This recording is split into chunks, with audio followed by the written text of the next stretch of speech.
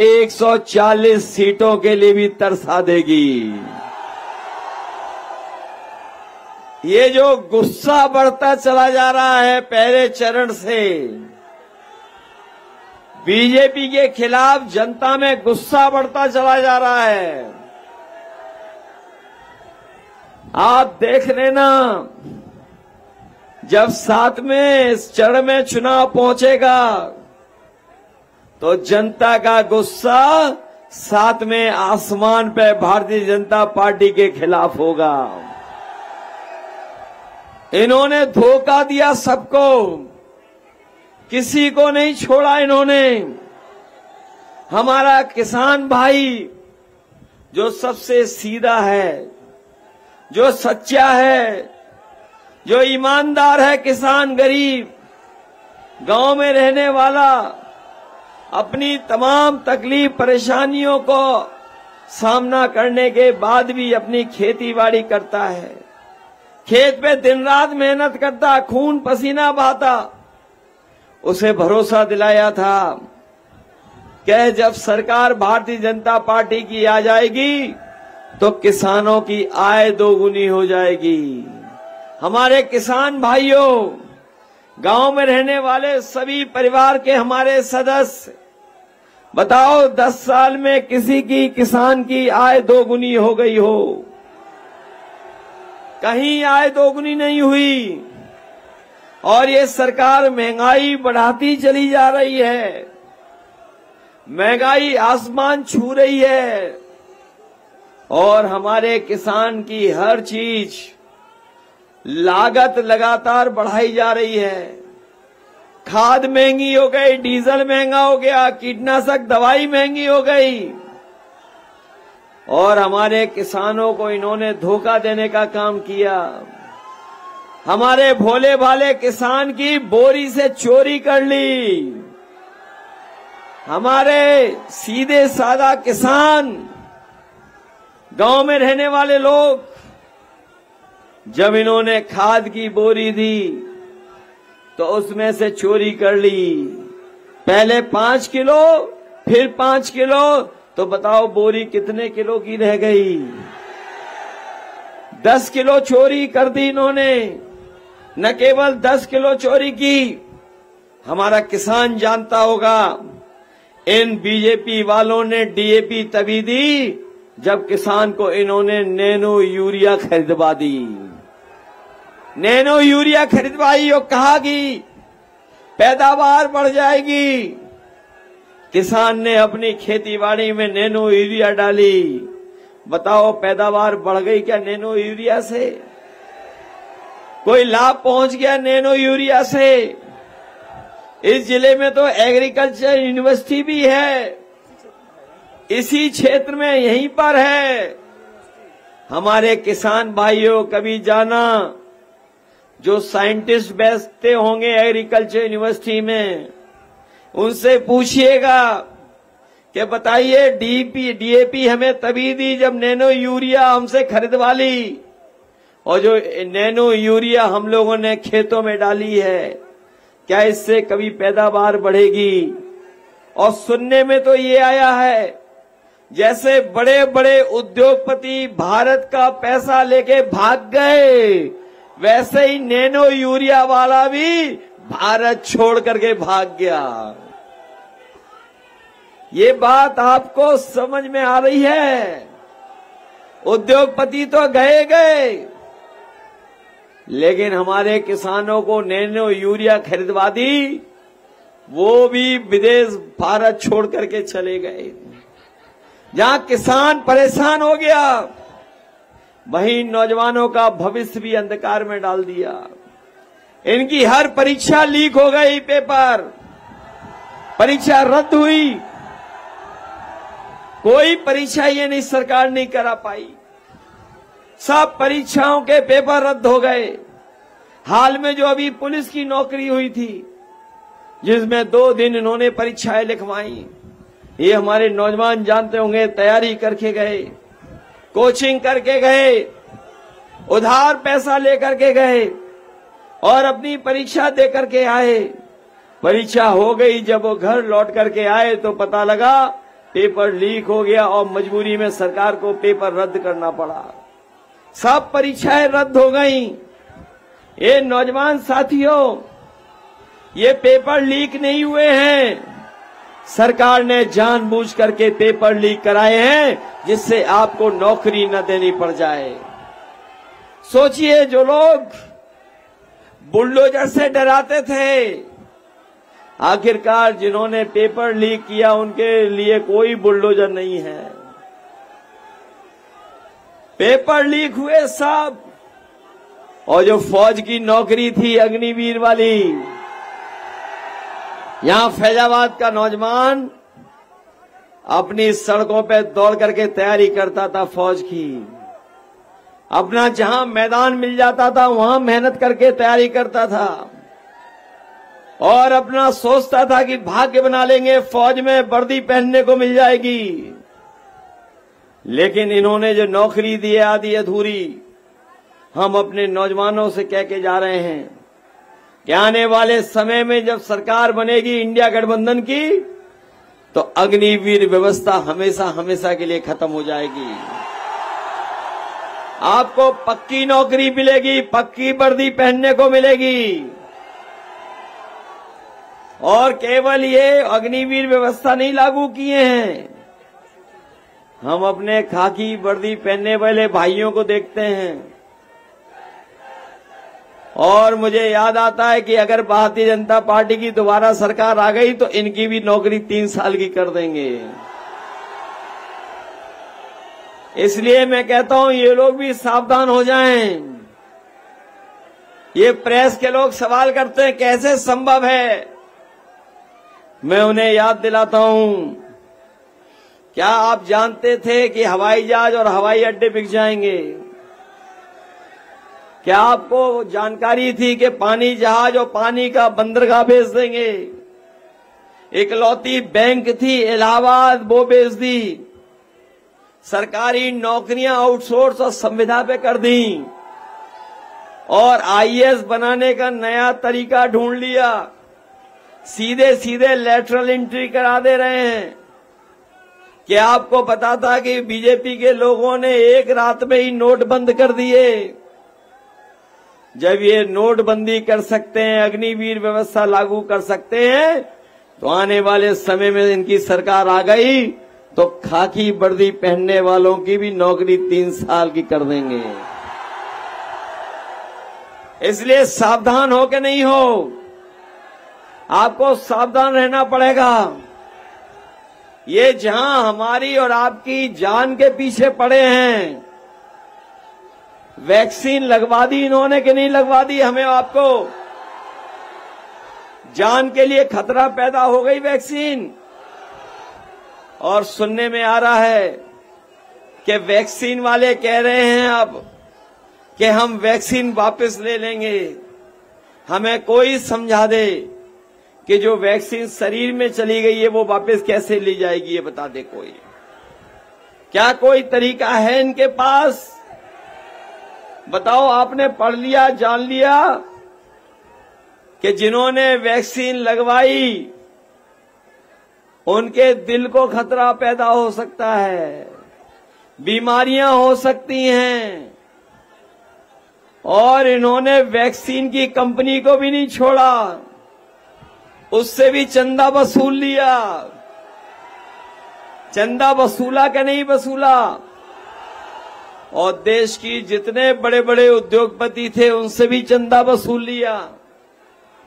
जब से जनता को जानकारी हो गई इलेक्टोरल बॉन्ड की, तब से बीजेपी का बैंड बज गया है। वो बता नहीं पा रहे कि इलेक्टोरल बॉन्ड में पैसा कहां से आया है। देश में सबसे ज्यादा पैसा इन्होंने वसूला, कोई कंपनी नहीं छोड़ी। और उसी का परिणाम है कि आज हमें और आपको महंगाई का सामना करना पड़ रहा है। ये जो बीजेपी का भ्रष्टाचार है और इलेक्टोरल बॉन्ड के नाम पर जो वसूली की है, उसकी वजह से भ्रष्टाचार तो बढ़ा ही बढ़ा है, लेकिन महंगाई भी बढ़ गई है।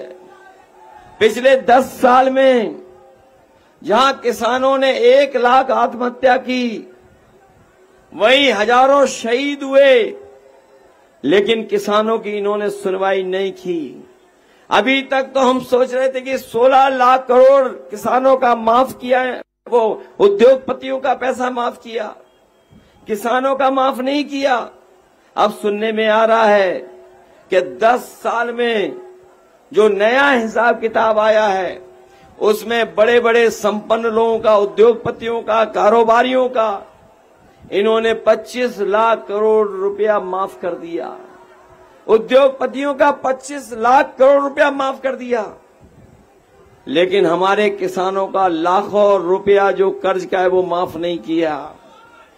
हम अपने किसान भाइयों को कह के जा रहे हैं, इंडिया गठबंधन ने तय कर लिया है कि 4 जून के बाद जब सरकार बनेगी तो किसानों का पूरा कर्ज माफ होगा।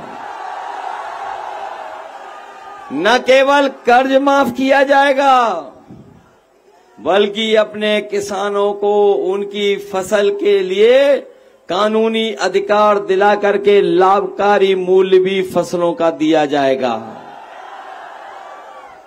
महंगाई इन्होंने बढ़ा दी। हमारी माताएं बहनें सबसे ज्यादा महंगाई से परेशान हैं। इसलिए जहां हम लोग पहले अपनी माताओं बहनों की मदद के लिए 500 रुपया महीना देते थे, बाद में हम लोगों ने तय किया था कि अगर हमें 6,000 रुपए भी देने पड़ेंगे तो पीछे नहीं हटेंगे। लेकिन अब इंडिया गठबंधन ने तय कर लिया अपनी माताओं बहनों के लिए, ये जो हमारी गरीब माताएं बहनें हैं, इनके लिए इंडिया गठबंधन समाजवादी पार्टी ने तय किया है कि 4 जून के बाद जब सरकार बनेगी तो इनके अकाउंट में लाख रुपए भिजवाने का काम होगा।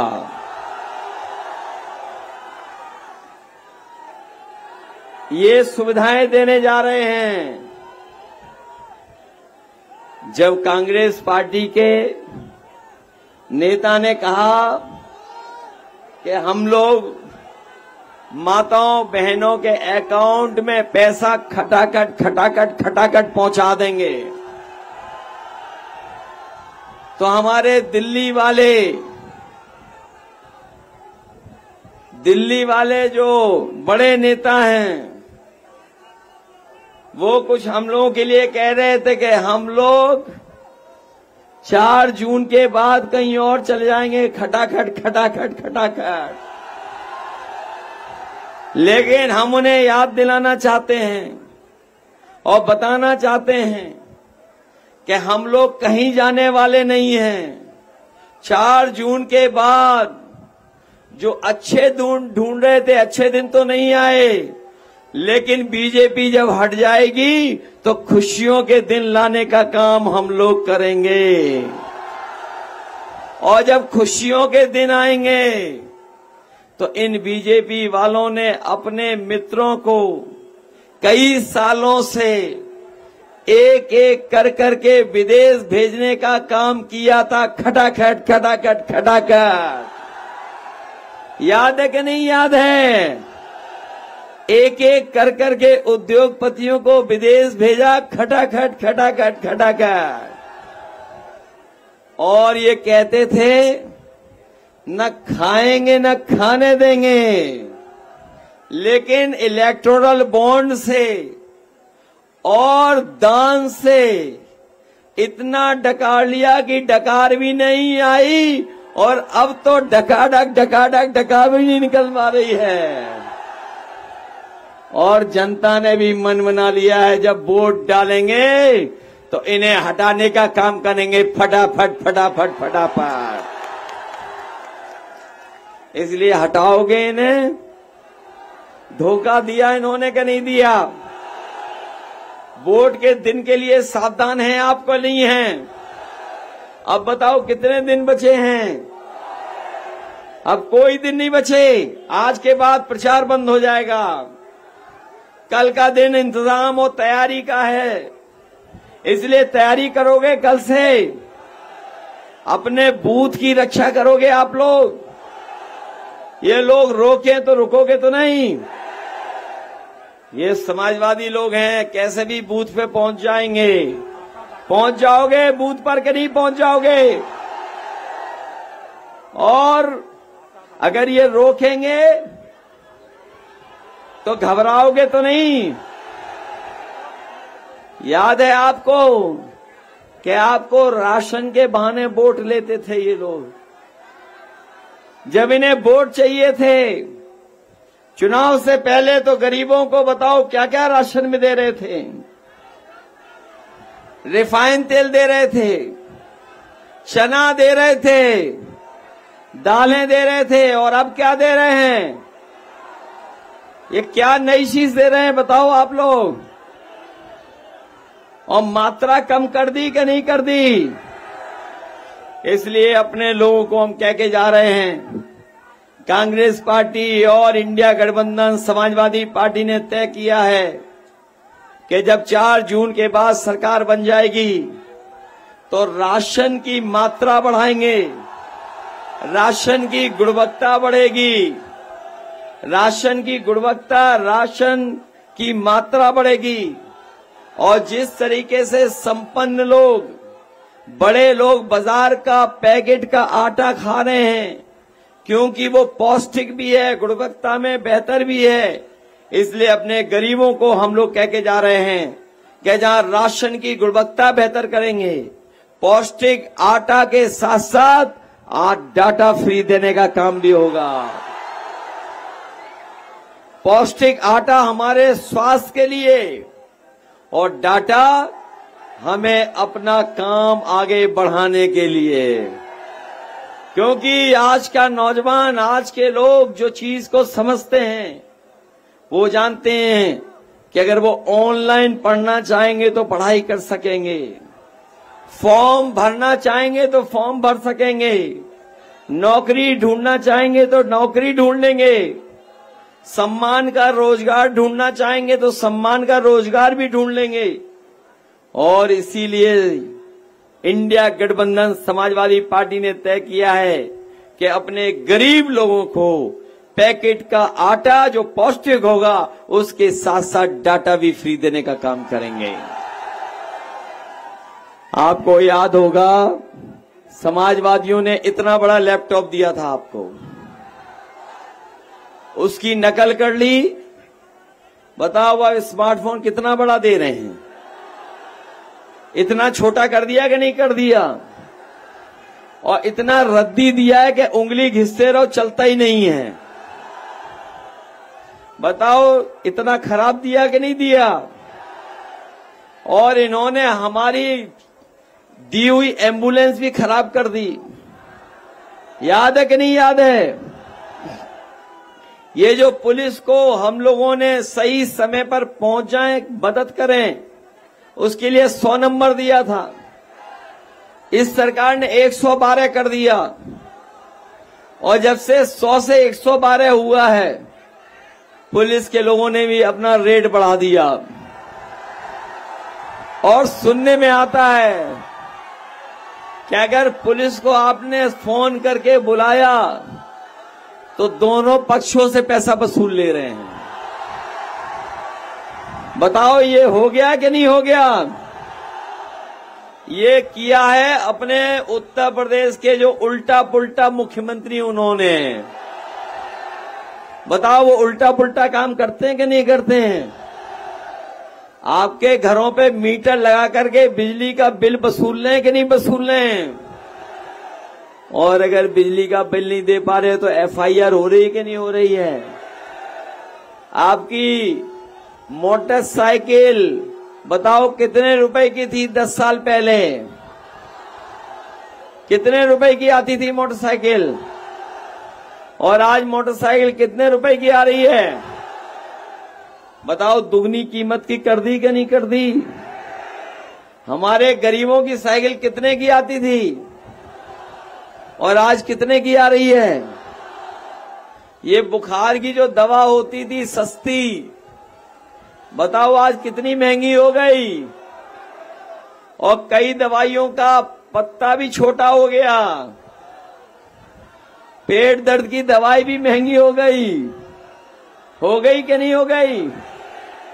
और हमारे सभी पढ़े लिखे नौजवानों को बेरोजगार बना दिया।